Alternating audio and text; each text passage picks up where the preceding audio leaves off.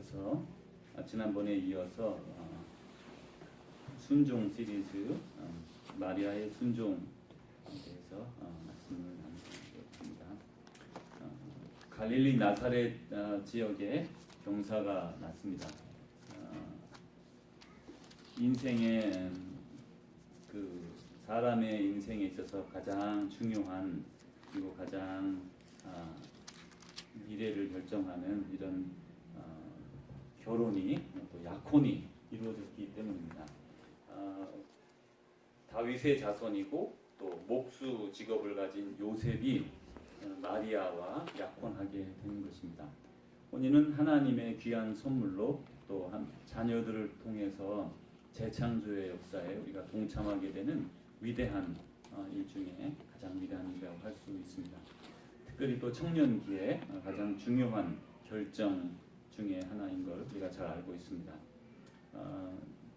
이 당시 기적적으로 나이 많은 엘리사벳이 아이를 가진 지 6개월이 되던 때에 이제 하나님의 천사 가브리엘이 다시 이 나사렛 동네 마리아에게 찾아왔습니다.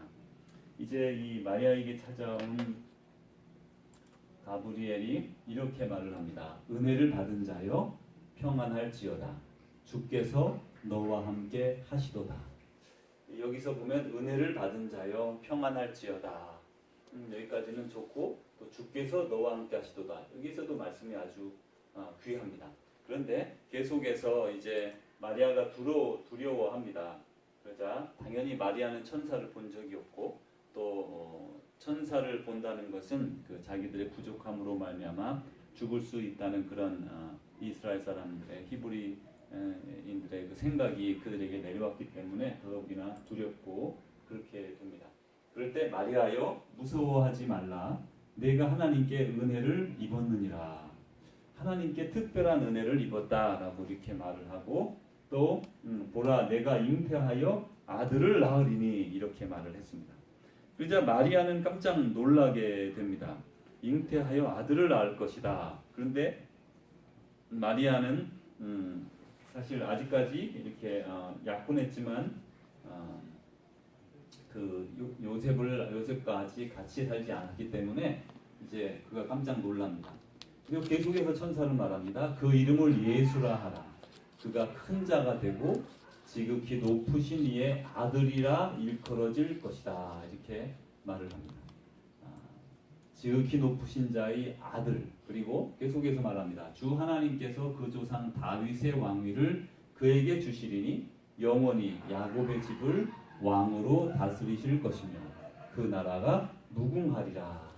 이제 다윗의 왕위까지 이렇게 말씀을 할 때에는 마리아에게는 그것이 무엇인지를 확실하게 알 수 있습니다. 하나님의 아들, 또 다윗의 자손 이런 말은 메시아를 의미하는 것이고 메시아는 다시 이스라엘이 기다리던 그렇게 오랫동안 기다리던 사람인 걸 그는 단박에 알 수 있었습니다. 이제 이런 모든 일에 그 가브리엘이 확신을 주기 위해서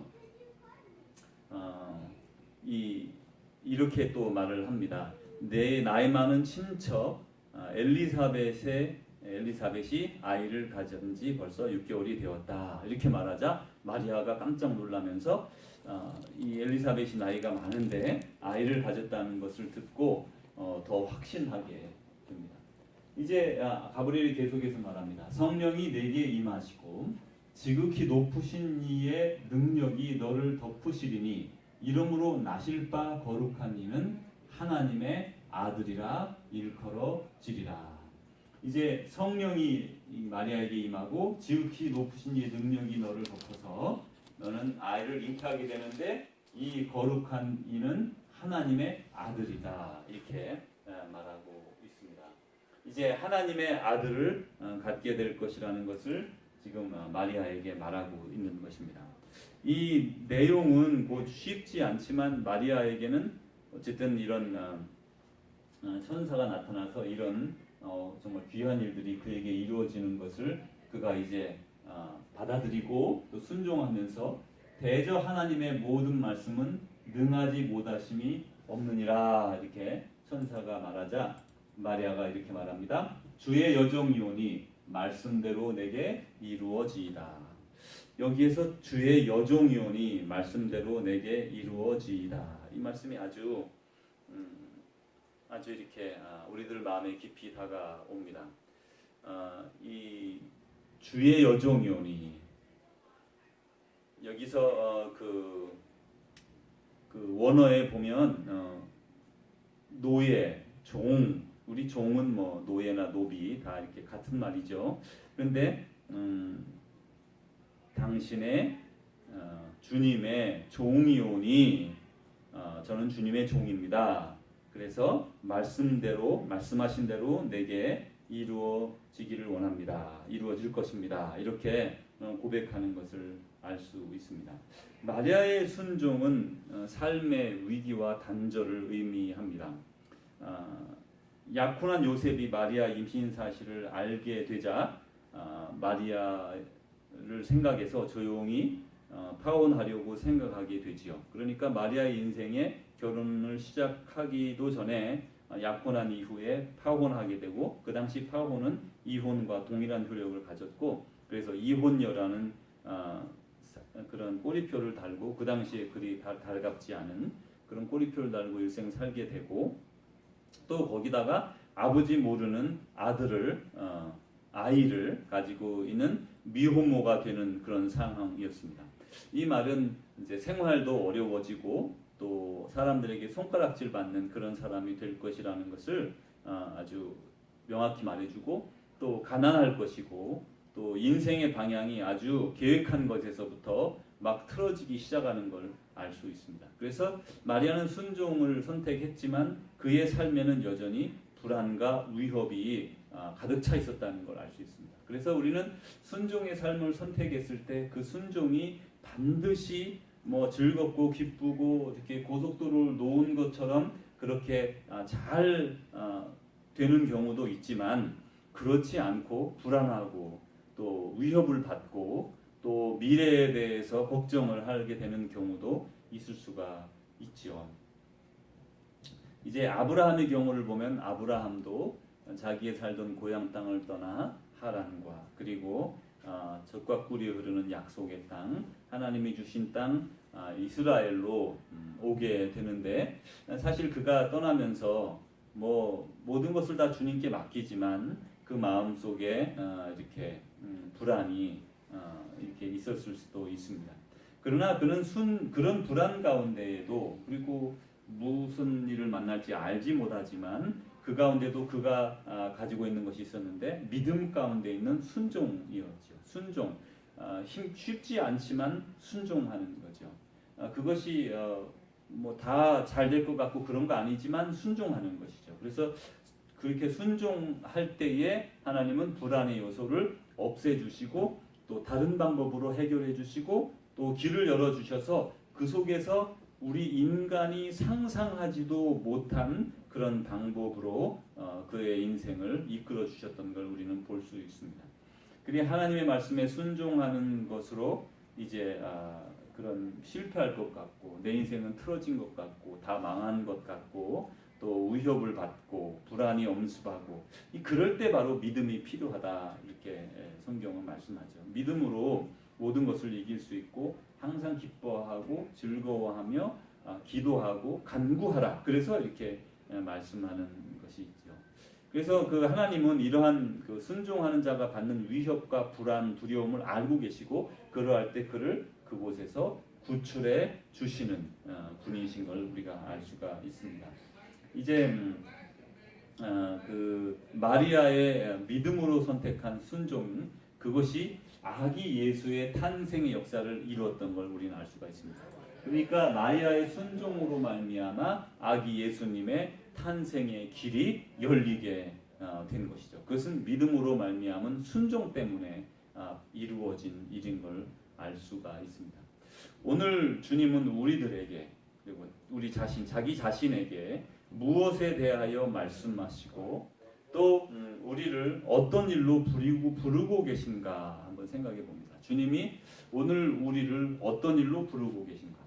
혹시 전혀 주님이 우리를 부르시지 않는다면 아마 우리는 주님의 부르심, 주님의 사역, 주님의 그 일에 적합하지 않은 사람이기 때문에 부름받지 않을 것입니다.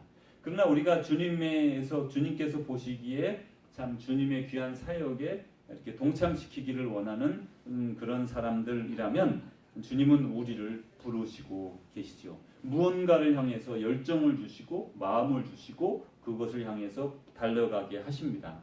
그래 우리를 불러 동참시키려고 하는 하나님의 역사, 또 새 생명의 사역은 무엇인가?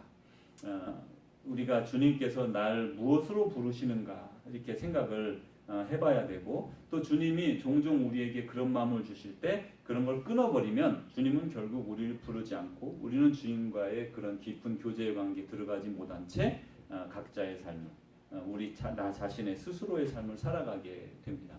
그래서 부르심은 은총이고 특권입니다. 하나님은 아무나 부르시는 것이 아니지요.